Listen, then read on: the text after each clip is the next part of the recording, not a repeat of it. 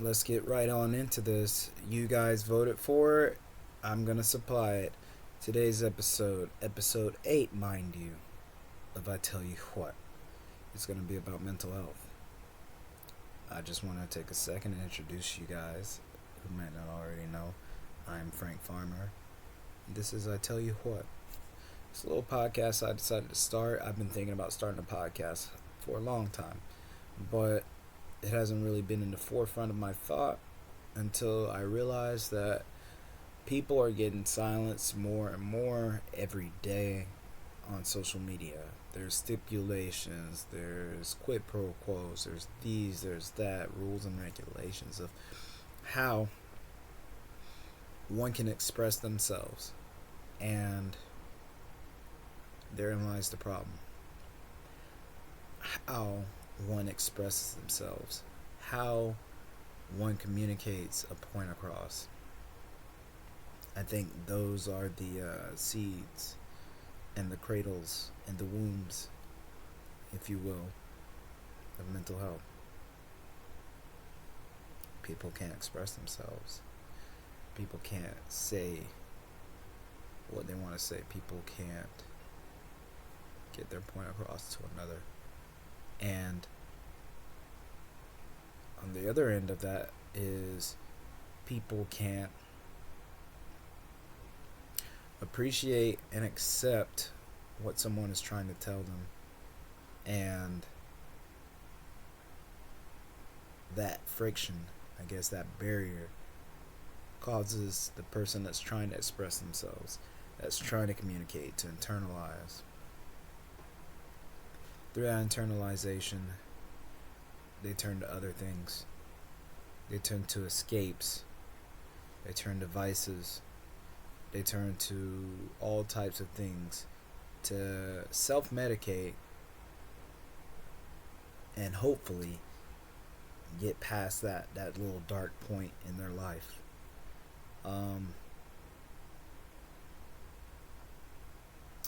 I myself have dealt with depression 100 billion%.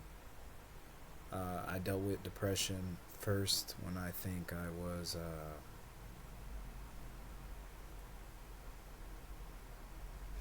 I definitely believe my first real bout with confusion, not so much depression, was when my grandfather died.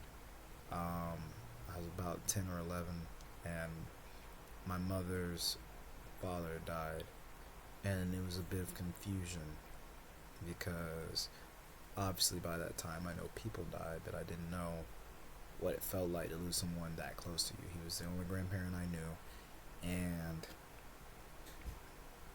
growing up with him, he's always been a real coarse man. He's been a real hard man, but he was a straight arrow. He was a due north, so to speak, like you knew where you stood with him. And every birthday, I can always guarantee that I can go to him, and I was guaranteed $5. That wasn't just for me. That wasn't just for his great grands and nieces and everything. That's all across the board. If it's your birthday and you're his lineage, you're his offspring, you're guaranteed $5. That's it. You can get no more, no less. $5. That's it. And that was across the board for everybody. He never loaned money. He didn't do the loaning money thing. He was real hard on that. He would help you out if you needed it, but he wouldn't loan you money. Um,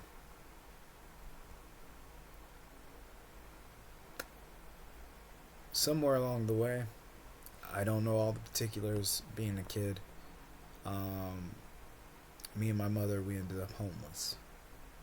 And I remember thinking to myself, this is natural. People are homeless. This is natural. People, go homeless. But I never felt homeless because I got to do all the same things still. I got to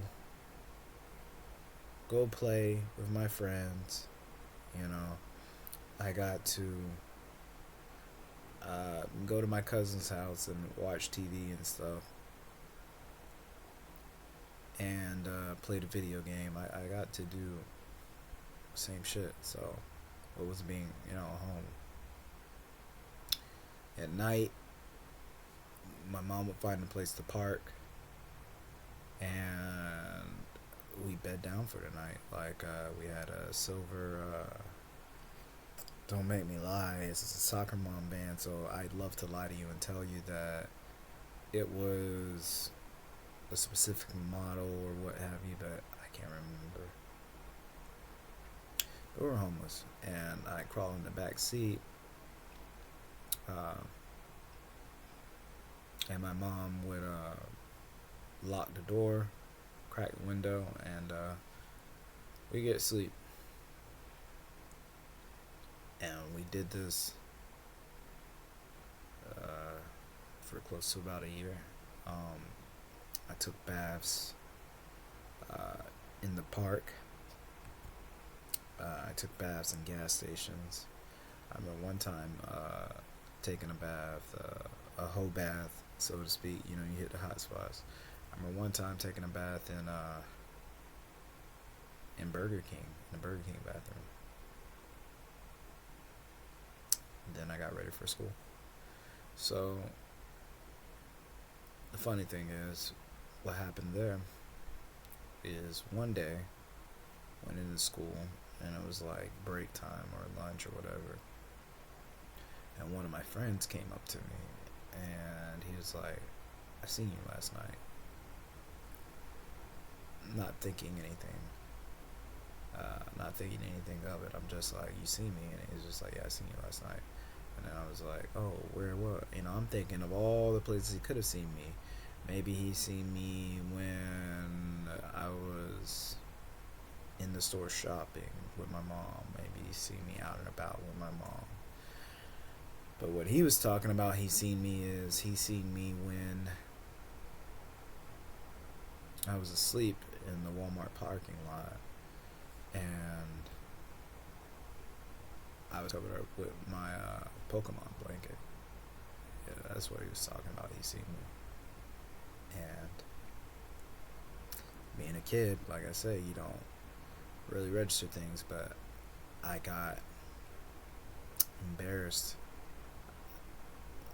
It was definitely embarrassing, because he started asking deeper questions and stuff. He started asking if everything's okay, if me and my mom were okay, and he started hitting me with all these hard questions that I didn't think I was really ready to answer, so to speak, or able to answer. I didn't have the answers to the questions that he was asking me. So I just kind of shrugged it off. So then I went back home to the van, and I regurgitated these questions to my mom, and she really didn't have too many answers either, but she still made sure I was good.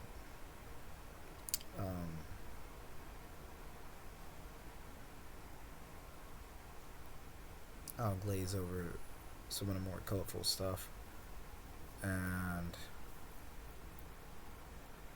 this is going to be a part 2, so don't worry, we can rehash that later, but I'll glaze over some of the more colorful stuff. But we were found by this social worker woman, and her name just happened to be Gloria as well. She was a Gloria, and she befriended my mom, taught with my mom, and helped my mom sort shit out, what she wanted to do. My grandfather, same grandfather had passed. It was really hard to get to know. He took us in. So he took us in. We're living with my grandfather. We lived with him for about a year. Me and him exchanged words. Our spirits clashed. But he also taught me so much on what it means to be responsible and to be a man and to own your shit. My granddad let me get away with nothing. My mom, I was an angel. My grandfather held me accountable for everything. And I'm getting close to being a teenager, so my granddad's just drilling into me. So we move after our almost year, probably about a good a year, we move to this trailer park for a little bit, and my grandfather, probably a good 4 months after we moved, my grandfather falls ill and he dies. And like I said, that was that confusion, that real surreal feeling of, wow, this hit home. Like, there's death, but I feel it. I'm not gonna hear him be mean, so to speak. I'm not gonna hear him be stern with me no more. I'm not gonna get to hear that. I'm not gonna get to hear him yell at me and tell me not to, don't go playing in his water. Excuse me. Not to go, don't go playing in his water. Don't be in and out of his house. Shut his god door, and all that shit. Like, just I'm not gonna get to enjoy that anymore, and all the little things and the little curiosities that I took for granted. They're gone. They're gone forever now. So I was left with that, and I didn't really know how to process that, and I didn't really know how to address that, and I didn't really know how to deal with that. So I've got that on my chest, and then I think when I'm about 12, yeah, my father got diagnosed with stage 4 cancer. I think he had liver cancer, and they said he wouldn't last another 4 months. So we're in and out of the hospital with that, and I seen him hooked up to all these wires. He was shrinking up. My father was a pretty strong man, very healthy, and I just was never used to seeing him like that. So seeing him hooked to all these things, they really drove it home for me that death is very imminent for all of us, and we need to cherish these things. But I spent a lot of time with my father, so again, it was rough. I was watching a man that I held as, a Superman, and he's just withering away in front of me. So I told him, selfishly telling him, because I'm a teenager or a preteen, but I don't give a shit. Like, I'm selfish. I don't think about others and what's best for him, what he would want. I'm thinking about myself. So I'm gonna be selfish. I told him he couldn't die. I told him he wasn't allowed to die. I told him that he remembered when I was like 6 or 7. I was like, remember you promised me that you were gonna watch me graduate school, high school. You were gonna watch me, you were gonna be there when I got married. You were gonna, be there when your grandkids were born. So you can't die. My dad, he just looked up at me in his hospital bed and smiled, and he grabbed my arm and he said, "Okay." They gave him 2, maybe 4 months to live, and he looked up at me and he said, "Okay." My father would go on to live 2 years more, through sheer will, sheer piss and vinegar. He would go on to live 2 years more until it got too painful, and his end, watching it, it was more painful than getting the news. He fought with everything in him, but his body started breaking down. He was on life support by the end of it, and he was done. I think my aunt or cousin brought us the news that he had died.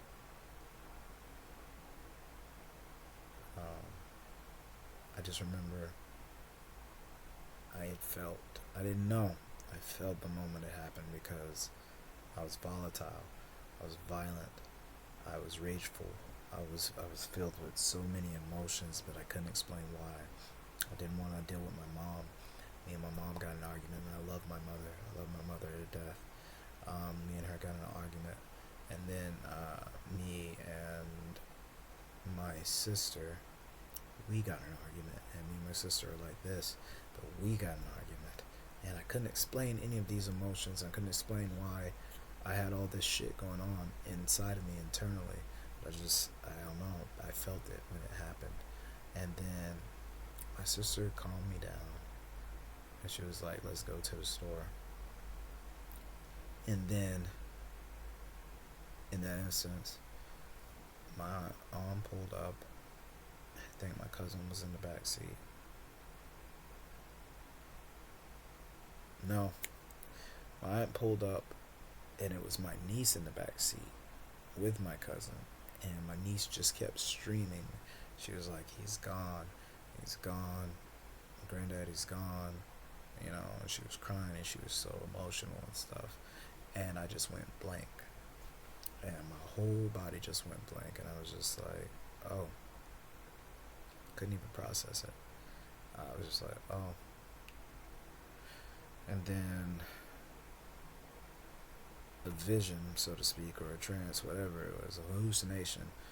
My dad was walking away from me, and I was running after him full speed. And then my dad turned around, and he just held up his hand, and he was just like, no. He told me, he's like, you can't come with me. And I told him I wanted to, and he's like, you can't come with me. That was the last of the hallucination of the vision or whatever I seen. And then my sister, I came back to, my sister was grabbing my arm, and like trucks and cars and all that stuff was going by, like in the highway right in front of me. I don't even remember getting there. And I don't know, like it fucked me up for a while. I was just fucked up. This guy was my hero, you know. He told me don't be like him, be better than him, but still I learned so much from him, and I gained so much wisdom and knowledge from him in all aspects of life. And you know, he was a great man, and his concept of himself and other people's concept of him beyond compare, because he didn't think of himself as a very good person, or that he measured up to what his expectations of himself was. And that was virtuous to me, because I hear nothing but great things from him or about him as I go through life, even now to this day. So I'm dealing with the loss of my father. My grades plummet in school. I'm not really I'm skipping out on school. Really, my mom would drop me off to school. I'd be right there in front of the school. I'd walk towards the door, and as soon as I see my mom out of sight, because I knew she had to go to work, I hang a left and I'm out. You know, I wasn't even trying to go to school no more. I was just really not feeling it. I remember at one point I was in school, I was just out of it. They brought the police up there to the school to do a sobriety test for me, a field sobriety test. And he was just like, do some, you know, shit with your fingers, you know, 1, 2, 3, 4, 4, 2, 3, 1, and shit like that. And then he did a little flashlight in my eyes and shit. And I wasn't high at the time. I didn't get into that type of medication later, like, but he, you know, they were trying to see what the fuck was wrong with me. Nobody was trying to console me. Nobody was trying to address the fact that I just lost my father. Let me rewind that. One person did. So my best friend, his name's Ben Klein. The first day back when I came back to school, because I took 2 weeks off. And the first day when I came back, I got off the bus. He was waiting out there at the bus stop.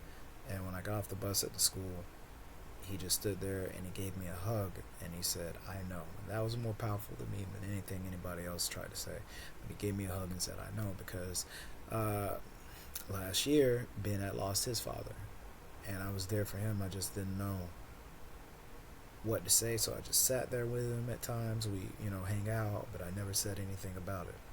I just hung out with him, and then when I got off the bus, he just gave me a hug and said, I know. And that, you know, that was more important to me at that point in time than anything anyone else said. Like, it'll get better, it'll go on, etc. All that other bullshit. It's not true. It doesn't get better. You get better at dealing with it, but it never gets better. You would always rather have your parent. You would always rather have your sibling, and God forbid ever that you would always rather have your child. You would rather have anybody in your life that you've lost. You don't want to lose people. That is nature, it's life, and it happens. It's not beautiful, but it happens. Um, so back to it. Fast forward. I'm trying to balance my life out, figure it out. I'm being selfish because I'm not really paying attention to other people's grief as well. My mother's grief, my sister's grief, anybody else's grief. It's all about me. And so I started self-medicating. I dabbled in marijuana and all that stuff. I'm doing stuff. And it's not the best in the world, but hell, I'm doing it. I'm trying to feel better. All about me. So I'm doing all this shit. And I'm really not feeling any better. I'm not getting any number. I'm not really processing that I just lost one of the most important things in the world. So I started getting into more fights and stuff. Like way more fights. I really have a super short fuse. And one of the go things for me was back in the day, kids would roast each other, especially coming up in the hood or whatever. Like kids would roast each other, and they talk shit here and there. And then when shit got heated and you backed in the corner, you're like, damn, I'm in a real tight spot. It's like, okay, well, your mama, your mama jokes will start coming out. And my mom was still alive, and I was quick with it, so I could snap back pretty quick too with the best of them about your mama. So you want to go your mama, that's cool. And then that wasn't getting them, or again, like I said, their backs were getting the wall. And then your daddy, and that was it for me. Like I was just like, my daddy, okay. So they taught me, they'd say my dad, I would be like, alright, bet, I got you. Now we're fighting. So I'm getting in fights left and right. I got sent to alternative school for like fuck up kids. Like that's really what it was, because of me fighting and shit. And the fucking being absent from school and shit is all they can do to keep me from being kicked out or whatever.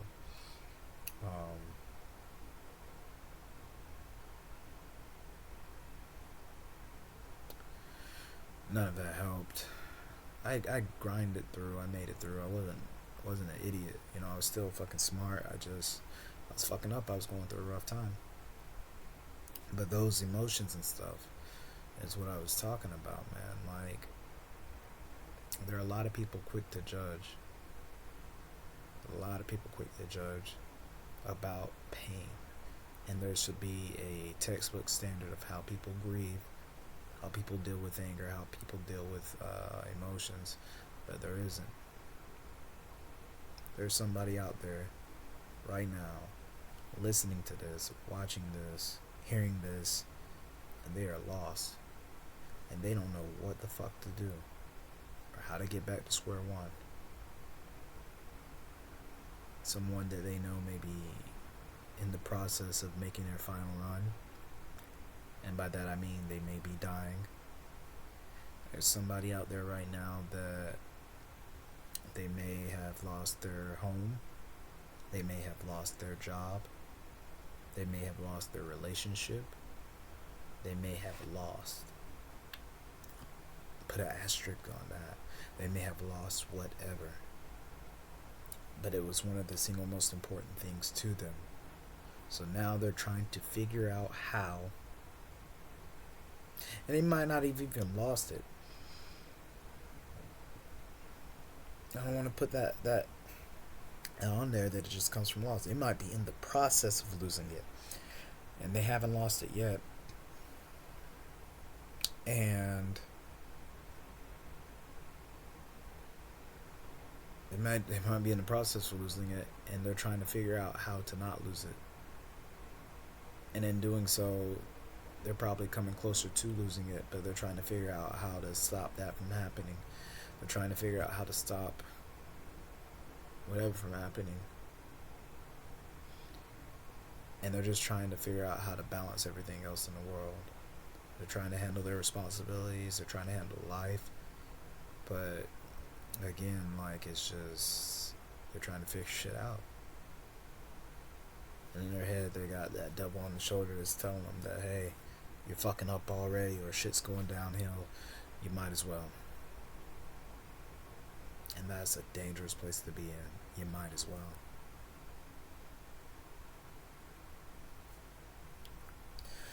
Your relationship's falling apart. You might as well go step out. You might as well. He hasn't stepped out.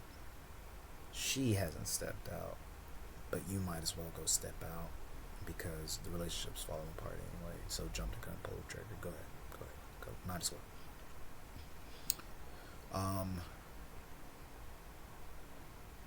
You're in the process of losing your home.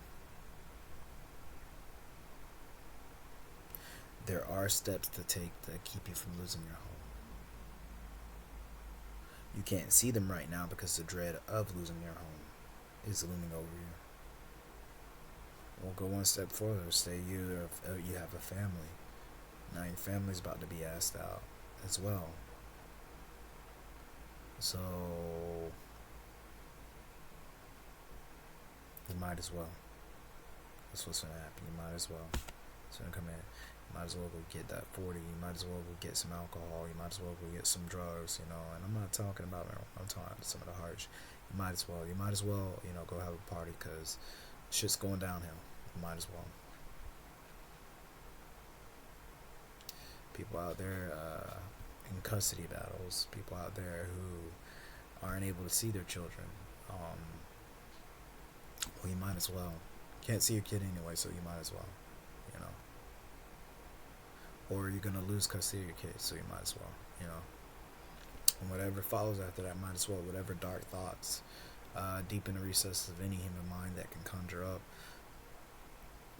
it's inputted into that little space bar. It's like, you might as well do this. You need to come up with money.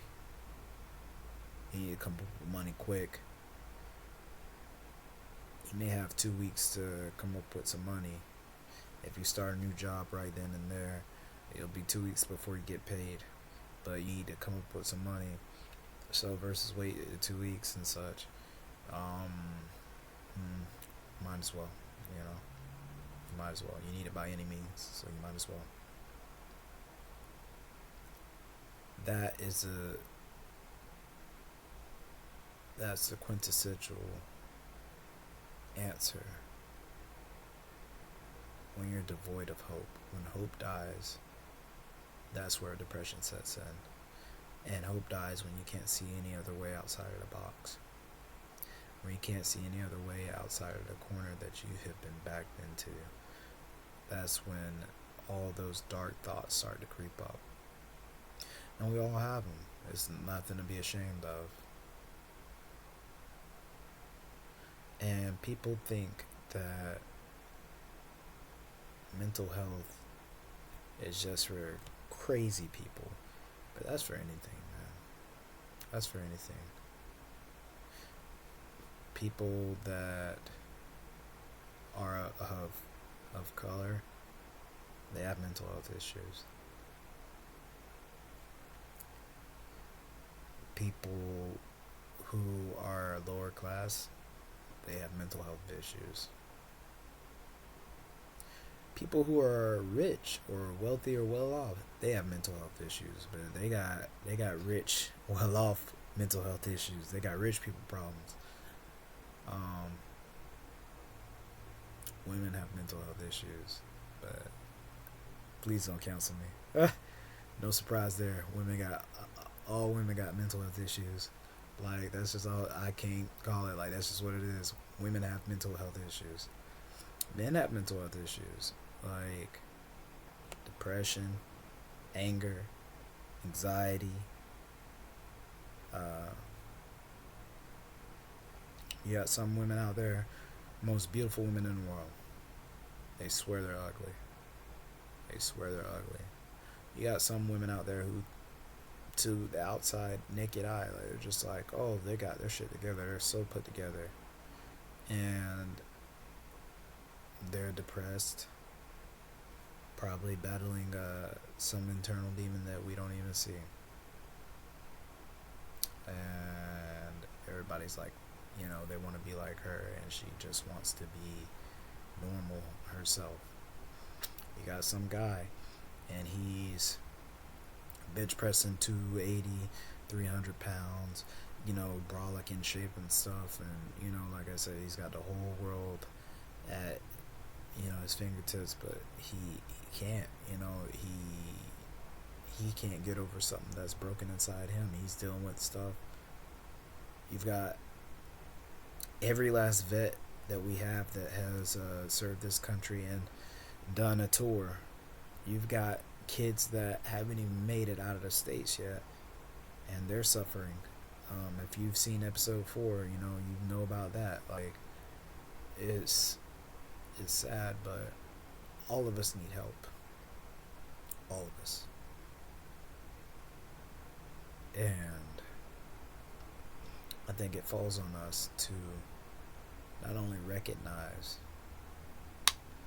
but to utilize our best judgment to help if we can.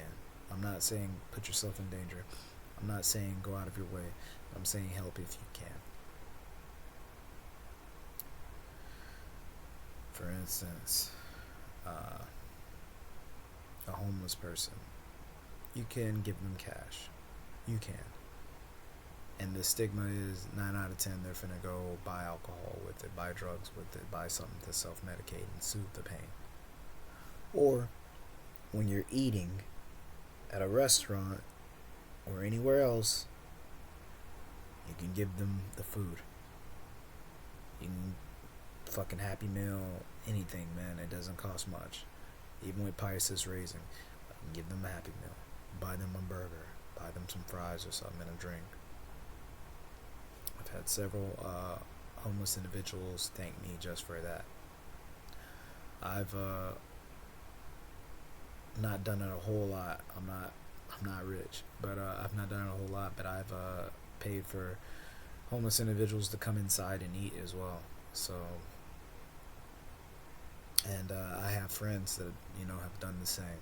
Like, I think that's helping. It's not going to help them out of their situation, but it sparks hope. Not all hope in humanity is lost, and they know that, hey, it's possible. Maybe I can come out of this hole.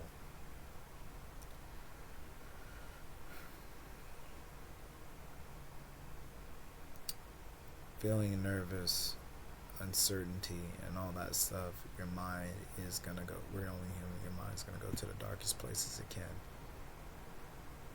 But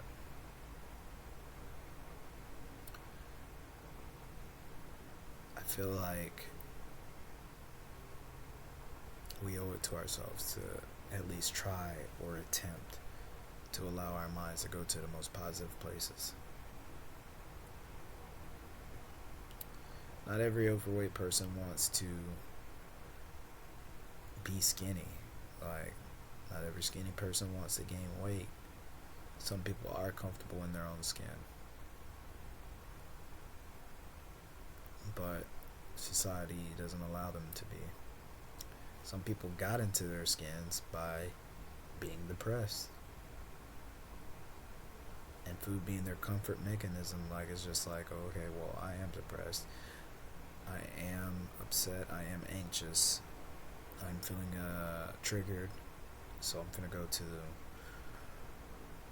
the fridge, go to the store, dial up Domino's, dial up pizza, something. I'm gonna eat. I'm gonna consume until I'm full. And once I'm full, whatever was empty in me is now full as well. So be the concept. It doesn't always work like that. We got to reroute our brains. My mindset was, whenever I'm hurt, I have to hurt someone, I have to hurt something, I have to do something. That was my mindset. But it's not like that. I don't need to. If I gotta hurt someone, it's me. If I gotta hurt something, it's it's those negative feelings inside of me.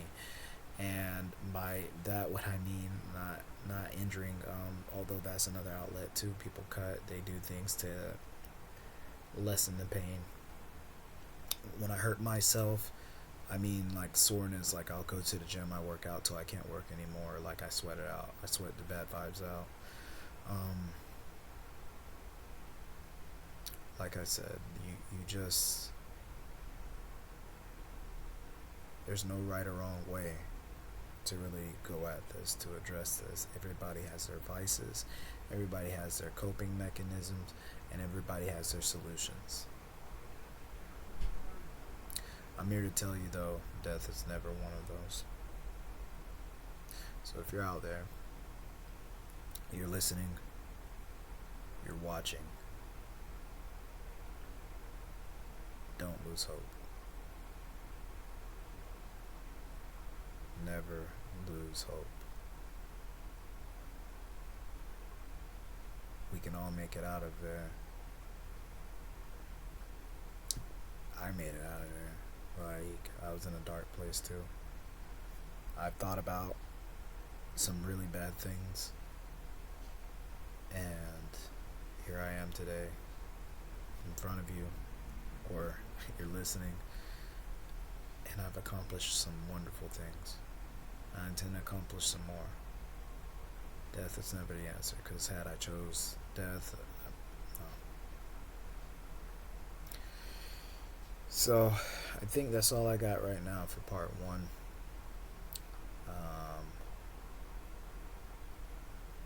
I don't know. This might be a three-parter. We'll see. This is a very close to home thing for everyone, I'm sure. Everybody goes through depression. Everybody goes through self-image issues.